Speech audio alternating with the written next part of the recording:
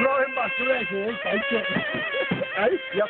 Burada çocuklar Şişto'dan bizim Babut mahalleden burada şeyde ola. Yap kapitanlar. Attılar ateşe Bak bunları. ne oluyor ama o çığır geldi. Attılar onları burada yavaş yavaş çocuklar. Deniz burada bizim DJ'imiz. Sağ burada müzikacı bize. Много правилно. Yapalım burada şeyleri. Video klipleri. Kime kuşattı? Bak şimdi. Surayın çalesiymiş bu. Bu momenta.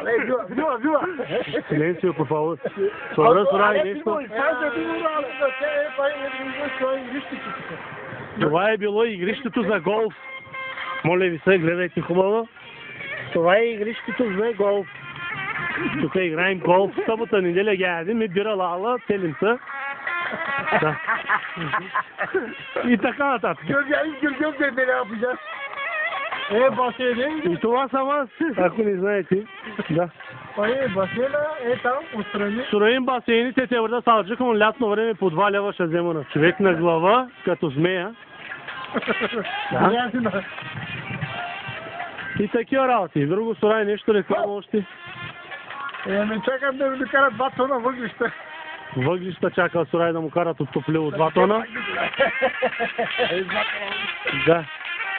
Иначе Сурай има тук много зеленина има тук Сурай.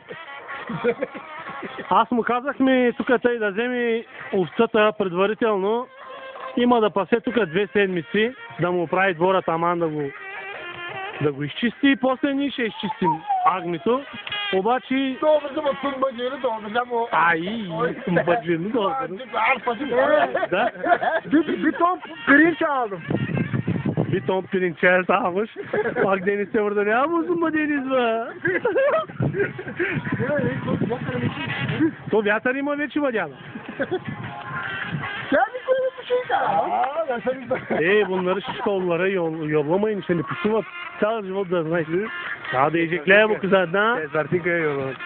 Bu kızardan bilme olay yaşama. Kızardan çok yakmayın şeyleri. Parmacık yağdı. Hangi parmacın yağdı? Suray şeyler tutuştular şeyler. Metin tayfanın şeyi biliyor nasıl? Metin tayfatı. Dostluğunu lazım ona. Ben yem o yana lazım ona.